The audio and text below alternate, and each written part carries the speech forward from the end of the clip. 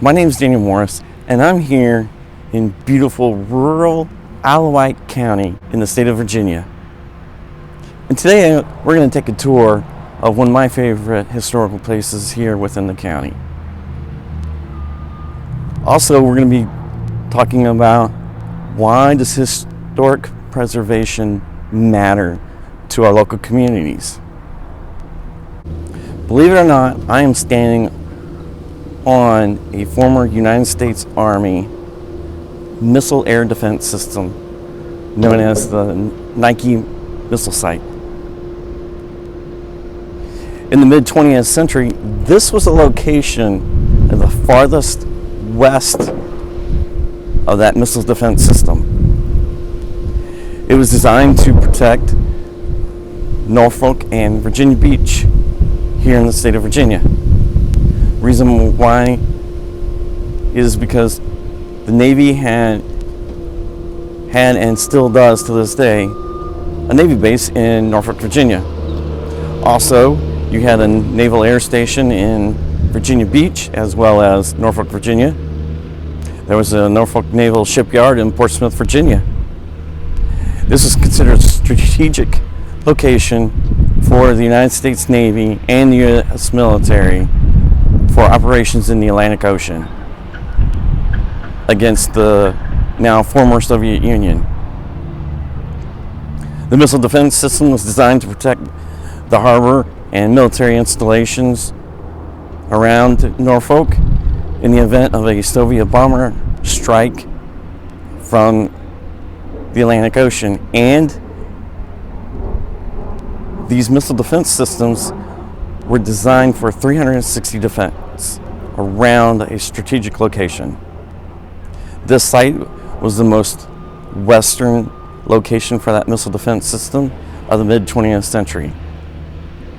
The Nike Ajax missile was the first missile that was developed and created for the United States Army.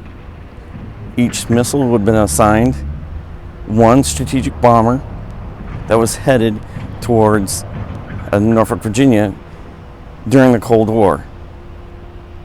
Later, the system was upgraded to the Ajax, the Nike Hercules missile.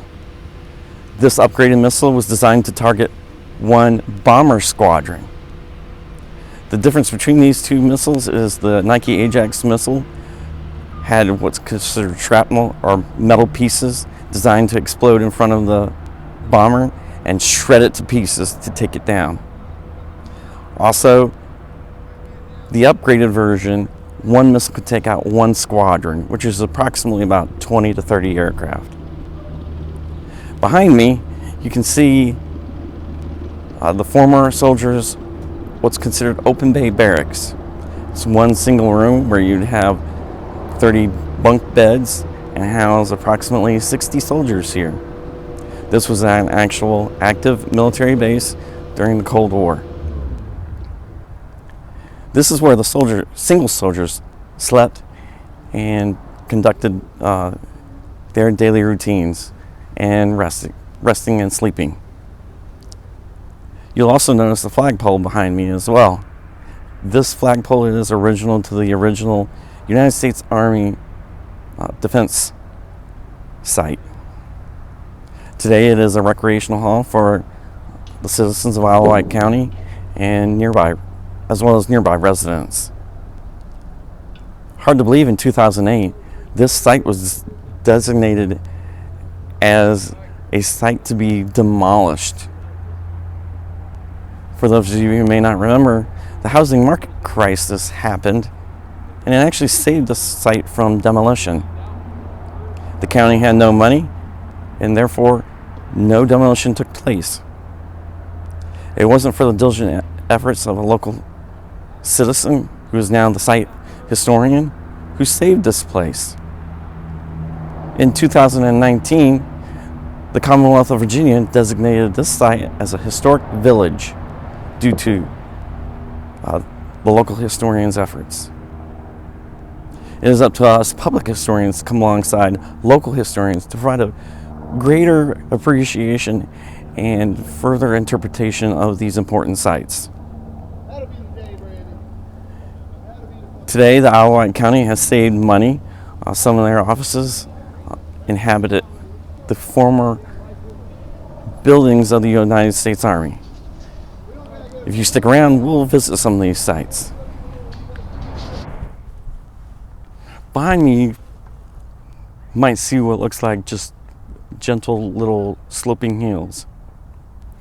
They might appear to be a natural formation. Unfortunately, here on this park, they're not.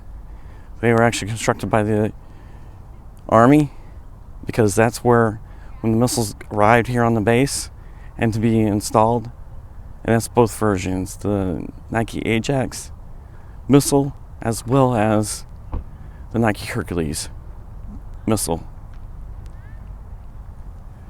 The missiles would come disassembled and unfueled, and the Army soldiers would unload the missiles, assemble the missiles, and then actually fuel them up. The reason why we have these earthen berms is in the event of an accident or a casualty, the rest of the base would be protected, as well as the nearby missiles, because it's close to one of the magazines and the launch sites. In the history of this location, there has been no accidents with fueling the missiles. The Nike Ajax missile had a range of 30 miles. So that explains why a either strategic location or a high value location had multiple Nike missiles surrounding the location. The Norfolk, Virginia Beach area had a total of 8 missile sites. I'm standing on one of those 8 missile sites. It is also the only one that is still standing. The local historian considers this site 99% complete.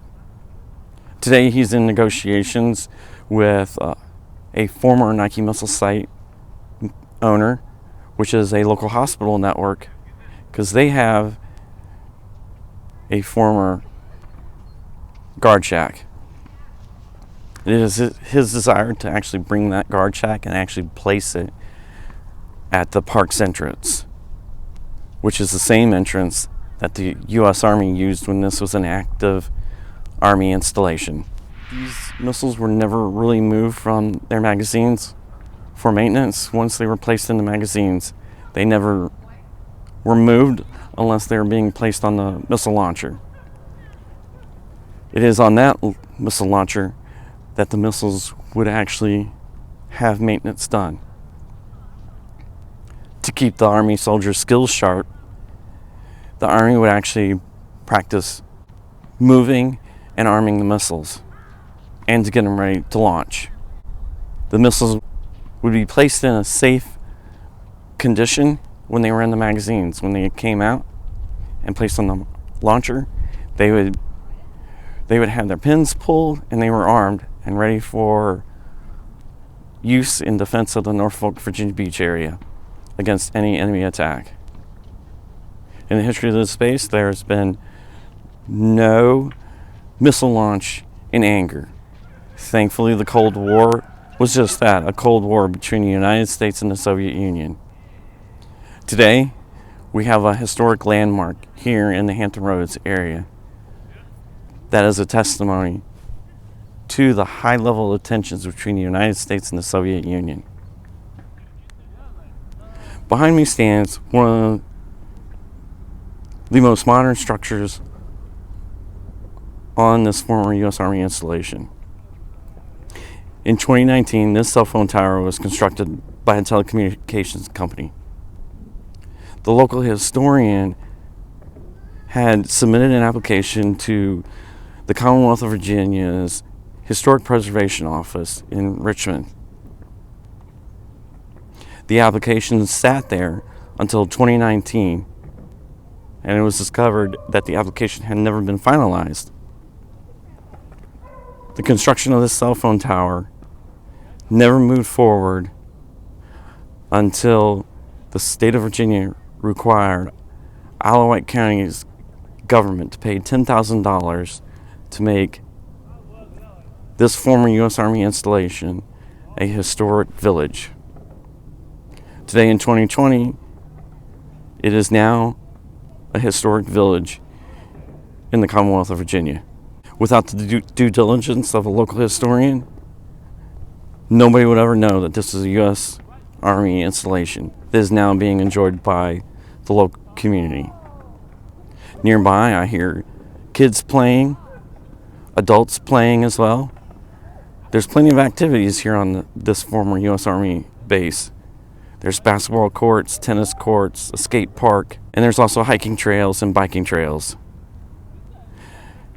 This shows that a former military installation can still be a benefit to the community at the local level. With historians such as myself, we can come alongside a local historian and provide a deeper and larger interpretation to the larger historical forces at large.